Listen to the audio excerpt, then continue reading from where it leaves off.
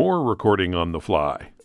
We have some feedback and additional information on changing recording level on the fly in this edition of Stuart's Audacity Tips.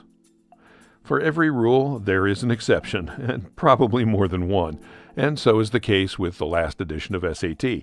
So it's important to share this one around as well. Don't leave your friends from last time in the dark.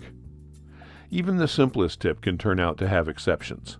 I've gotten some feedback on my tip about changing recording level on the fly from SAT 184 that shows your mileage may vary. Hat tip to Peter S. and JP for their information. As it turns out, you may not be able to change the recording level in Audacity on the fly depending on what hardware you're using. At first, it looked like USB mics prevent Audacity from allowing the input level to change while recording, but that was quickly proved to be incorrect as a general rule. Some USB mics seem to be fine, while others don't. Because there are many variables involved, like OS version, platform, etc., I don't want to get into specifics about which mic works and which one doesn't. Similarly, some AD interfaces seem to work and others don't. But again, I don't have enough experimental data to draw reliable conclusions. So here's the rule, and it's a good one to use in general. Test your specific equipment to find out what works. In fact, this is a good rule to apply while preparing for any important session. Just this week, I had a scheduled Zoom session for a purpose that I had done dozens of times in the past with no issues.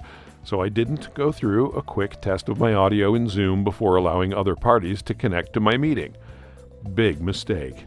When the session went live, I was told that my audio was horribly garbled and no one could understand me. I did the audio tests in Zoom and heard exactly what they were hearing. It sounded like I was trying to talk underwater. I ended up having to postpone the meeting while I shut down and restarted all the equipment involved in the network on my end, restarted Zoom, did the audio tests, and confirmed everything was working. Not a good look for a professional studio.